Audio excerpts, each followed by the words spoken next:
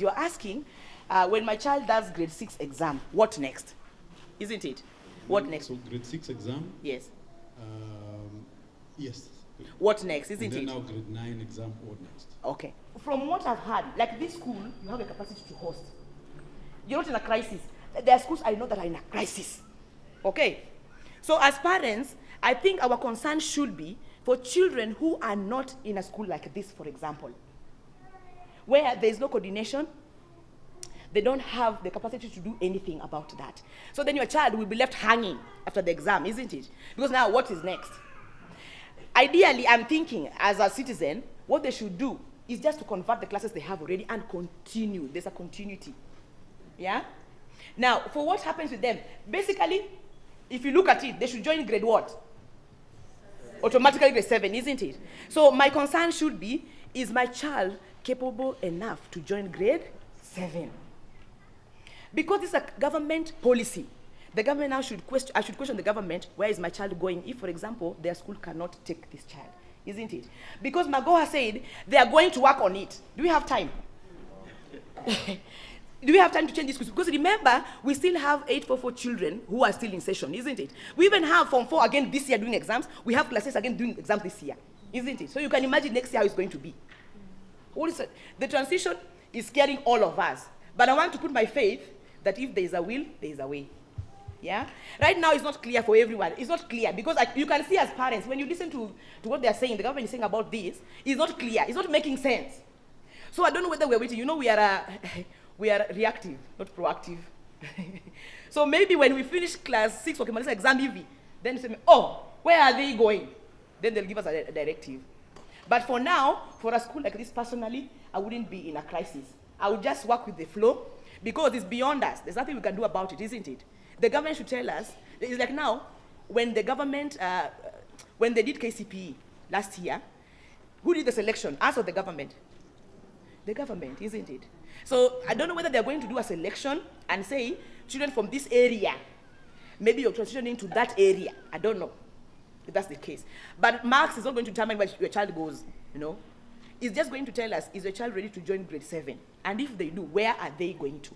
So maybe they'll say, children from Thika Road area, because the schools, maybe from assessment, cannot have them. We're going to have those children locate to maybe Kiambu area. This is about Kiambu County. Maybe they're no? Nairobi County. So maybe they can say, because schools in Kiambu maybe are more developed and they can receive those learners, we'll transition them to Kiambu. But I'm not saying that that is what they are saying. I'm just trying to figure out around my head how this is going to work. But they need to work smart. So I can't give a final word because the government itself has not said. What they said now urgently is to register the learners first, isn't it, for the exam? And as a school, you can maybe add on if there's something that you know that we don't know. Mine is not a question, but there's something a concern that has really been disturbing me. At what age do they start putting them in their parts? Kindly answer that so that I can ask my next question. What age do they start grading, as in putting them like this one is going to be a doctor, a pilot, so sports and all that? Good. Now, I've been asking myself, what if my son chose sports at senior school and along the way, something happens, maybe he loses interest? What will happen to that child? Will they take him back?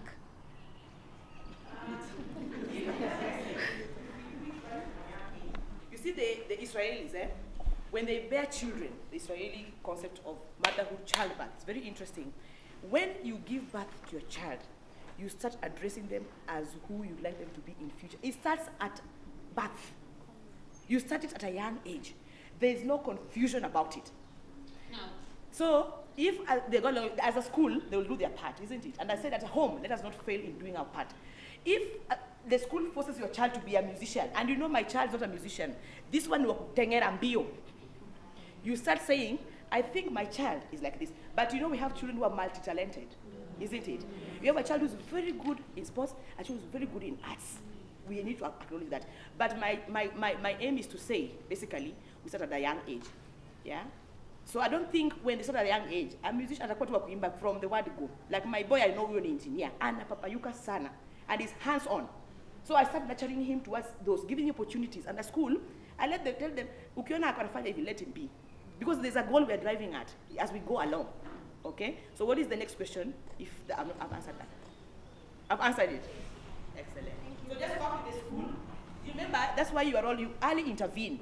Then we go along building that. As much as I'm in this CBC thing, because I have two, one is in grade 3 and this one is in grade 1 now. At least today, I'm able to understand how the CBC goes about. Because as much as he's in grade 3 now, but at times I used to ask my spouse, now what are these? Because at times they come home with homework, you wonder, where do you start? But at least today, the way Zuena, you've taken us through, thank you so much. At least now I'm going home, I've understood how the curriculum works. All right. So have a very, very wonderful afternoon.